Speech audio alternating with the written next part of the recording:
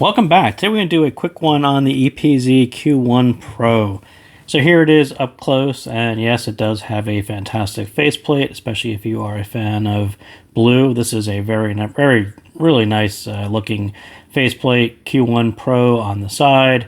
Kind of a standard EPZ high quality build. I think all of their sets tend to be very high quality builds, and the Q1 Pro no different.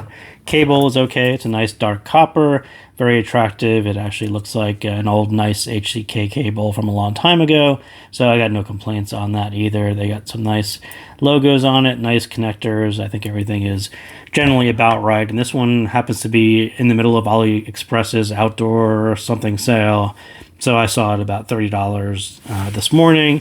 So it's gonna retail somewhere in that ballpark. So here is the gist of what's going on with this set. If you are a graph person, you will sort of recognize what is going on here and the sets that I chose and why I chose them. So very Harmonish style tuning, very similar to 7 notes or 7 hertz Sol Note 0 and Kiwi Ears, Cadenza, or Chew. These all tend to be kind of Harmonish is how people describe them. Cadenza is, I think, what I would call the bass boosted Harmon. Sol Note 0 is kind of this same version of Q1 Pro, and then Moondrop's Chew would kind of be right there as well. So those three tend to be a grouping that I call the clean crew. Cadenza is for people who just want a little bit more bass and a little bit less cleanliness. But again, this one has a very Harmonish sound that's dictated a lot by this small gap right here. So this mid-bass area is very close to the Harmon line, and that gives you the kind of that lower mid. Male vocals tend to be a little bit thinner because there's not a whole lot of mid-bass, there's not a whole lot of warmth carrying through, not a whole lot of bleed at all. And then you end up kind of riding the Harmon line right here, which gives you your energetic female vocals.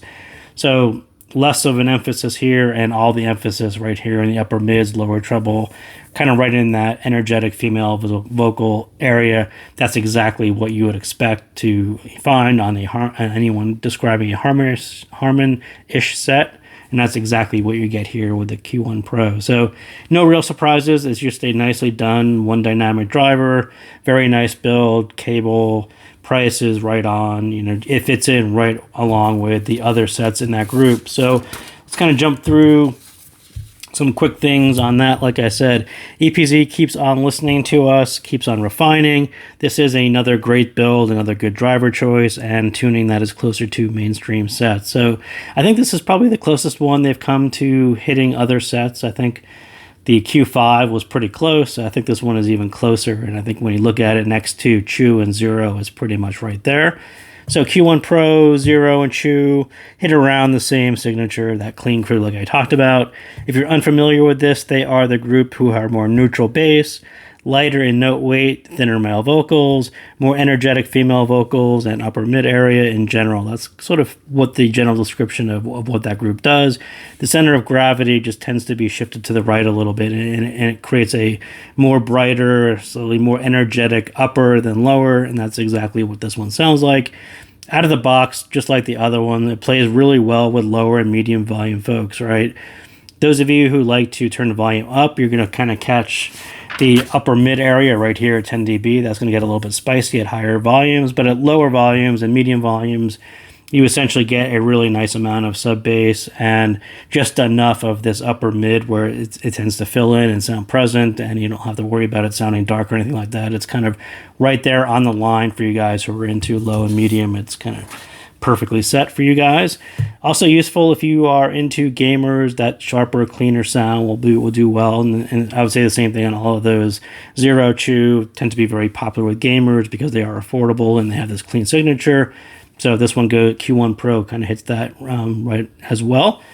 So pop music is sort of my dividing line here. I think pop music sounds fine. It sounds natural. It's a nice dynamic driver. There's some sub bass to it. But genres that need more bass, more mid-bass, I think the larger group, that Cadenza, even Warner, and C3 by 10, I think those tend to be more of the bass-boosted Harmon style sets, and those are what you would look for. These are definitely people who are looking for Harmon, like more true Harmon style, less mid-bass, very clean sound. that's what you get here. So the sound is harmonish, bass and treble. Sounds very familiar for any of you who've tried any of those sets.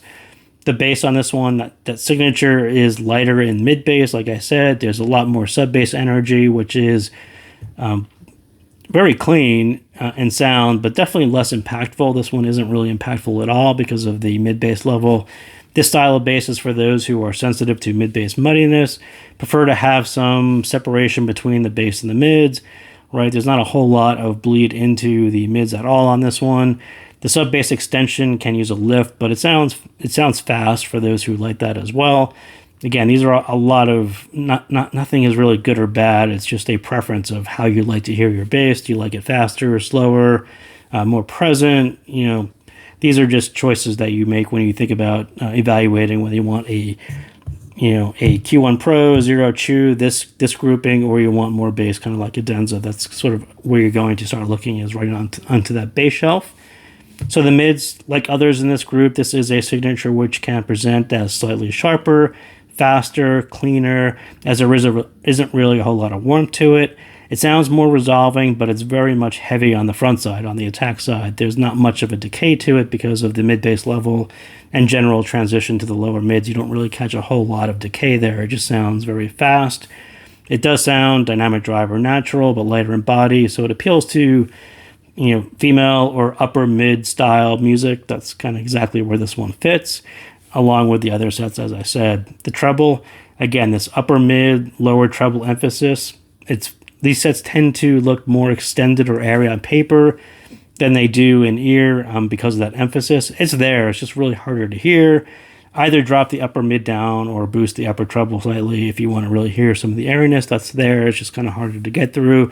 I would say the same thing on the sub-bass extensions. It's sort of there. It's just harder to hear with the way this tuning is set up. Stage, similar effect. Upper mid pulls the stage in slightly, less depth from less mid-bass, and it comes okay. Again, imaging, stage, they're all kind of okay because there's a clean signature. There's not a whole lot of mid-bass muddiness. It's just a clean imager, but stage tends to be a little bit flatter. So for those of you who are into EQ and you want to take a quick look at some of the things that I just talked about, so I said pop up the sub bass. So these two get popped up about 1 dB just to give you just that slight bit of extension way at the end. And then this is the mid bass if you want a little bit more male vocal body, a little bit more mid weight or note weight. You would kind of pop up this, it's probably about 300 is kind of the peak right there. Then keep the mids flat, and then, as I said, if you want to dip the upper mids to hear some of the more of the upper treble, so dip these two down, so about 2 to 3K, dip those down 1. That'll be a little less shouty for those of you who like more volume, but it'll just balance out the treble, so it actually sounds a little bit better. I brought down 5K just in case, because this makes it more of a longer session set, because that's a fatiguing point for me, so I just brought that one down just in case. Bring down 7K just in case there's any sibilance that you hear. If you hear sharp S's, bring that one down as well. And then, as I said, you pop the last two.